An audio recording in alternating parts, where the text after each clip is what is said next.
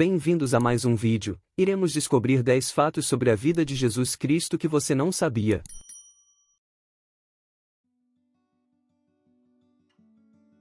O nome Jesus vem do grego Isos, mas seu nome original em aramaico era provavelmente Yeshua ou Yehoshua. O nome Jesus é uma forma anglicizada do grego Isos, que por sua vez é derivado do hebraico Yehoshua ou Yeshua.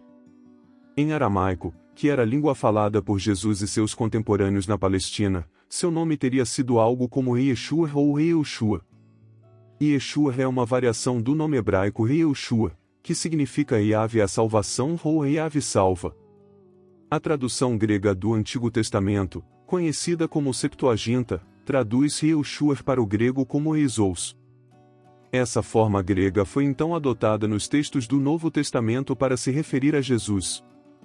Assim, o nome original de Jesus em sua língua materna seria mais próximo de Yeshua ou Yehoshua do que da forma grega Isos. A data tradicional do Natal, 25 de dezembro, não é mencionada na Bíblia. A data foi escolhida pela Igreja Cristã posteriormente. A Bíblia não fornece uma data específica para o nascimento de Jesus. Os evangelhos de Mateus e Lucas oferecem detalhes sobre o nascimento de Jesus, mas não incluem uma indicação clara da data. A escolha do dia 25 de dezembro para celebrar o Natal foi feita pela Igreja Cristã nos primeiros séculos depois de Cristo. A seleção dessa data está associada a vários fatores, incluindo influências culturais e práticas religiosas pré-cristãs. Uma das influências significativas foi a celebração pagã do solstício de inverno, que ocorre por volta do dia 21 de dezembro no hemisfério norte. Esse período marca o ponto em que os dias começam a ficar mais longos, simbolizando a renovação da luz e o retorno da vida. Ao vincular o nascimento de Jesus a uma data próxima ao solstício de inverno, a Igreja buscava incorporar elementos familiares às tradições pagãs, facilitando a aceitação do cristianismo. Além disso, a escolha do dia 25 de dezembro pode estar relacionada à tentativa de substituir festivais pagãos, como o Natalis Solis Invicti, Renascimento do Sol Invicto, que era celebrado nesta época. Não há consenso sobre a data exata do nascimento de Jesus, e alguns estudiosos sugerem que ele pode ter nascido em uma época diferente do ano. A ausência de informações específicas nos textos bíblicos permitiu à tradição cristã adotar diversas datas ao longo da história. Independentemente da data precisa, a celebração do Natal se concentra na mensagem simbólica do nascimento de Jesus como a encarnação de Deus e no significado espiritual associado a esse evento. Jesus tinha irmãos, mencionados na Bíblia, como Tiago, José, Simão e Judas. Os evangelhos mencionam irmãos de Jesus, e esses são especificamente nomeados em alguns versículos. Mateus 13, 55-56 cita pessoas conhecidas como irmãos de Jesus. Não é este o filho do carpinteiro? Não se chama sua mãe Maria, e não são Tiago, José, Simão e Judas seus irmãos? Não estão todas as suas irmãs conosco? De onde, pois, ele obteve todas essas coisas? Marcos 6,3 também refere-se aos irmãos de Jesus. Não é este o carpinteiro, filho de Maria, e irmão de Tiago, José, Judas e Simão? Não estão aqui conosco também suas irmãs? Os nomes mencionados como irmãos de Jesus incluem Tiago, José, Simão e Judas. A interpretação desses versículos pode variar. Alguns argumentam que esses irmãos podem ser meio-irmãos ou parentes próximos, enquanto outros sugerem que podem ser irmãos no sentido literal, nascidos dos mesmos pais. A Igreja Católica, por exemplo, ensina a virgindade perpétua de Maria, afirmando que Maria permaneceu virgem durante todo o seu tempo de vida, incluindo após o nascimento de Jesus, e que esses irmãos eram parentes próximos, como primos. As diferentes tradições cristãs interpretam esses versículos de maneiras diversas, e a compreensão exata dos irmãos de Jesus continua sendo um tópico de debate teológico.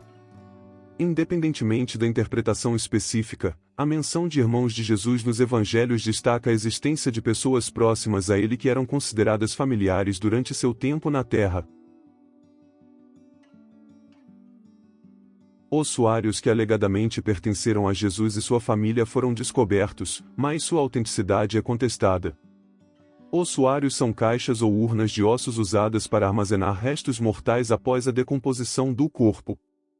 Uma descoberta arqueológica notável ocorreu em 1980, quando ossuários foram encontrados em um túmulo familiar no bairro de Talpiot, em Jerusalém. Esses ossuários foram inscritos com nomes que coincidiam com membros da família de Jesus, de acordo com os pesquisadores. Em particular, um ossuário chamado Ossuário de Tiago atraiu muita atenção. O ossuário de Tiago continha uma inscrição em aramaico que foi traduzida como Tiago, filho de José, irmão de Jesus. A referência a Jesus como irmão de Tiago gerou controvérsia, pois, se autêntica, poderia sugerir uma conexão direta com a família de Jesus de Nazaré. No entanto, a autenticidade desses ossuários é amplamente questionada. Em 2002, a Autoridade de Antiguidades de Israel expressou ceticismo sobre a conexão direta com a família de Jesus. A análise linguística, epigráfica, um estudo de inscrições e a datação dos ossuários têm sido pontos de disputa entre os estudiosos. Críticos argumentam que as inscrições podem ter interpretações alternativas, e que a coincidência de nomes não é suficiente para estabelecer uma ligação com a família de Jesus. A falta de contexto arqueológico claro e as incertezas em torno da procedência dos ossuários também contribuem para a controvérsia.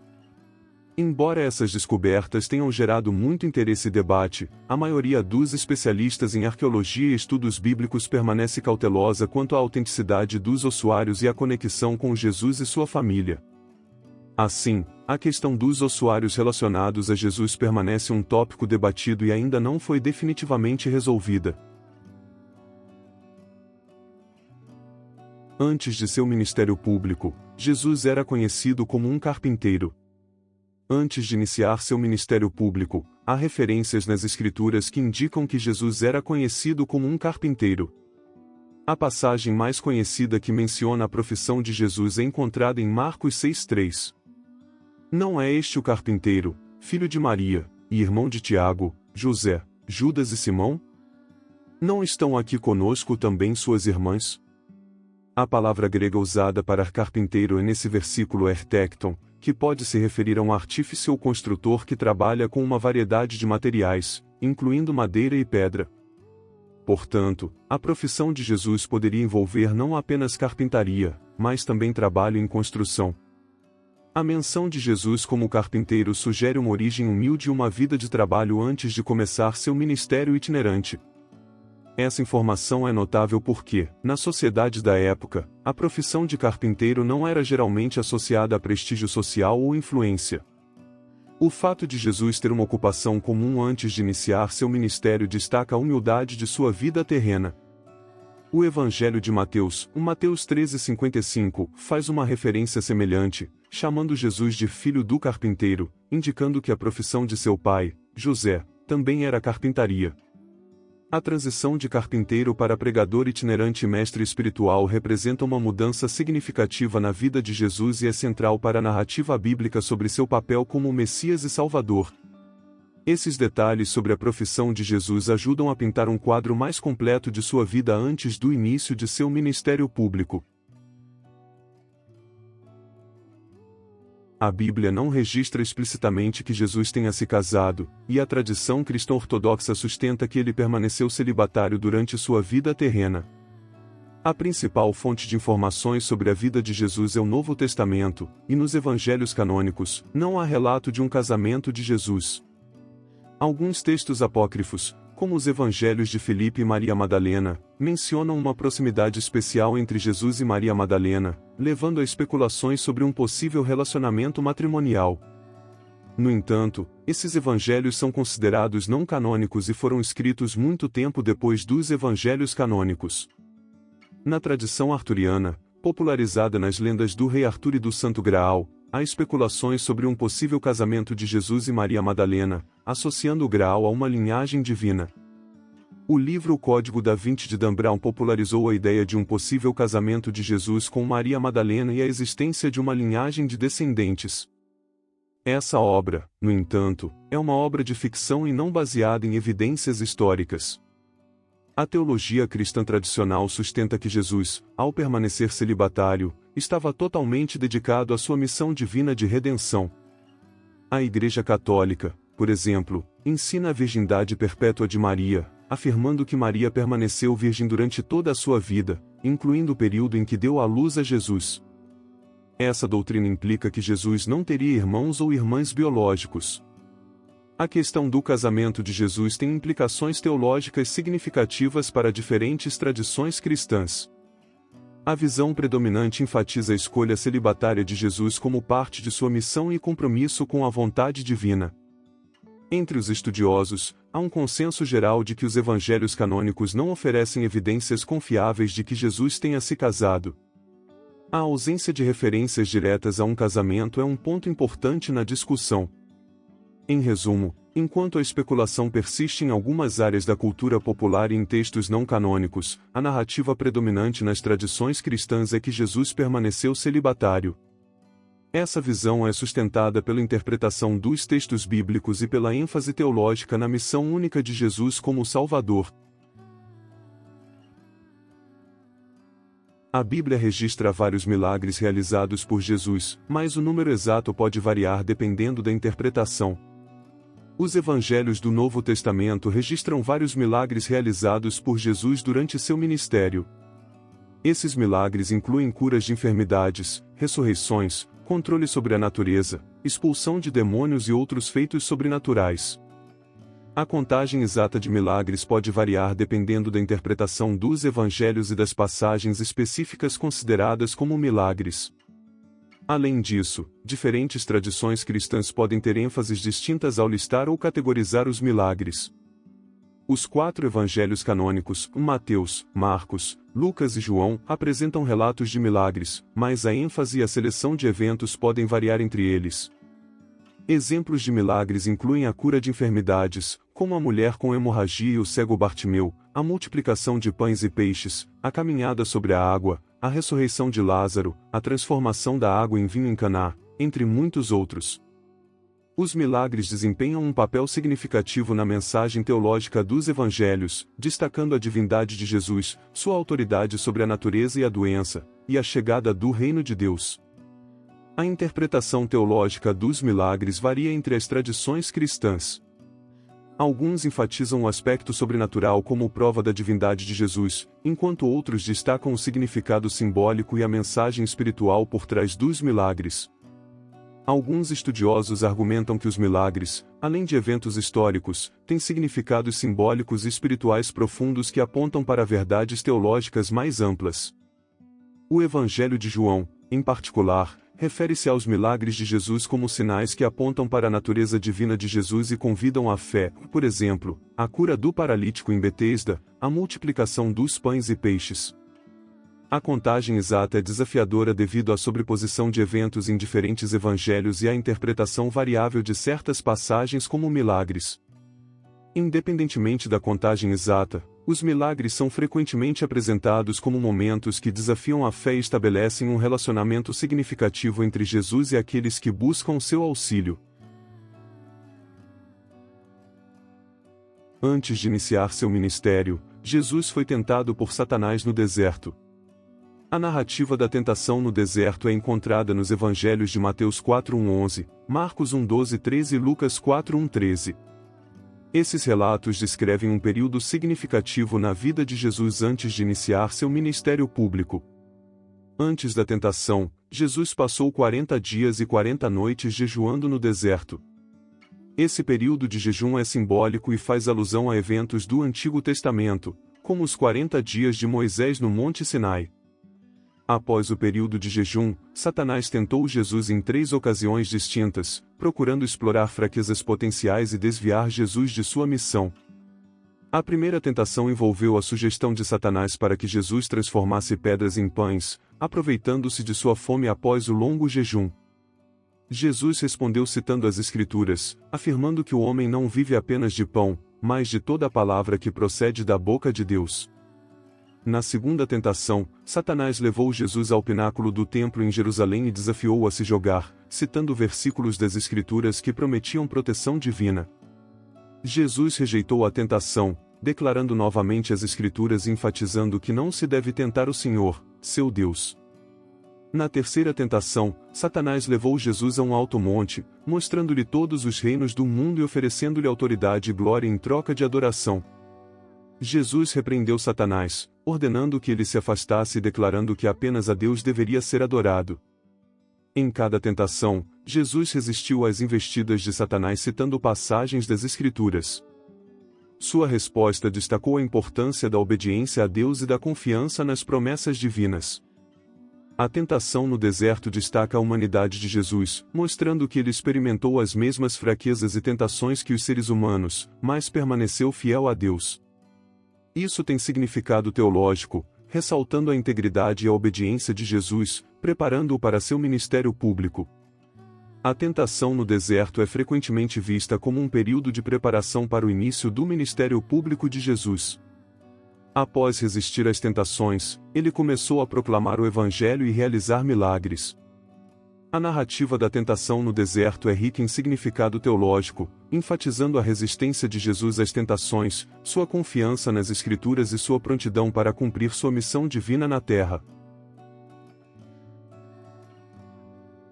Esse milagre é mencionado, mas a cura é realizada em duas etapas, o que é único. A cura do homem cego de Betsaida é registrada no Evangelho de Marcos, especificamente em Marcos 8, 22-26. Jesus e seus discípulos chegaram a Betsaida, e algumas pessoas trouxeram um homem cego até Jesus, pedindo-lhe que o tocasse. Em Marcos 8:23, Jesus tomou o homem cego pela mão e o levou para fora da aldeia.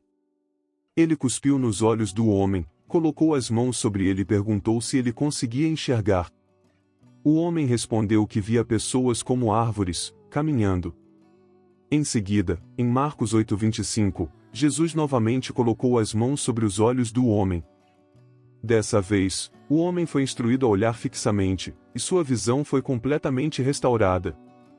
Ele passou a enxergar tudo nitidamente.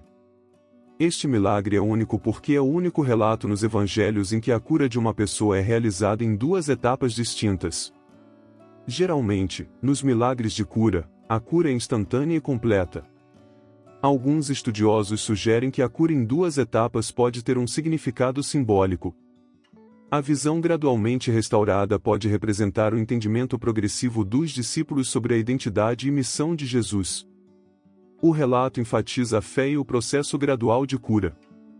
A resposta inicial do homem cego, vendo pessoas como árvores, pode indicar uma compreensão inicial limitada que foi aprimorada até que sua visão fosse totalmente restaurada.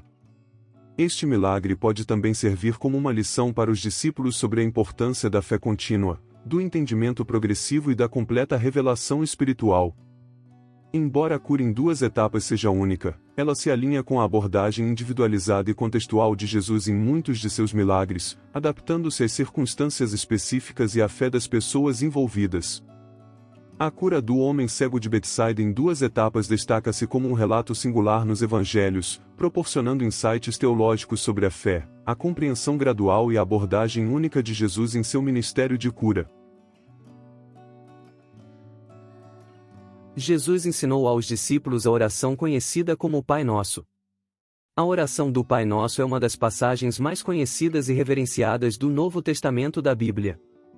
Ela é atribuída a Jesus Cristo, que a ensinou aos seus discípulos como um modelo de oração durante o famoso Sermão da Montanha, conforme registrado nos evangelhos de Mateus 6:9-13 e Lucas 11:1-4.